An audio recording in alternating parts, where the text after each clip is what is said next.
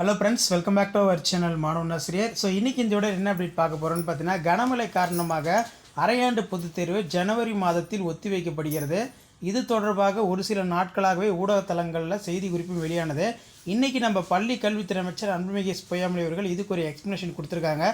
மழை பாதித்த பள்ளிகளில் ஜனவரி மாதத்தில் ஆஃப் இயர்லி எக்ஸாமினேஷன் கண்டக்ட் பண்ண போகிறதா சொல்லியிருக்காங்க. இப்போ விழுப்புரம்லாம் பாதிப்பு ரொம்ப அதிகமாக இருக்குது, கடலூர்லேயும் பாதிப்பு அதிகமாக இருக்குது. அதனால் இந்த மாவட்டங்களில் ஜனவரியில் ஆஃப் இயர்லி எக்ஸாமினேஷன் கண்டக்ட் பண்ண போகிறாங்க.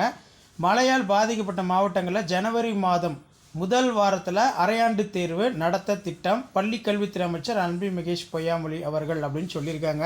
இப்போ ஜனவரியில் ஆஃப் இயர்லி எக்ஸாமினேஷன் நடத்தும் பட்சத்தில் எப்போவுமே 11th 12th 10th இந்த 3 கிளாஸுக்குமே revision test, first revision, second revision, 10th third revision இந்த மாதிரிலாம் கண்டக்ட் பண்ணுவாங்க.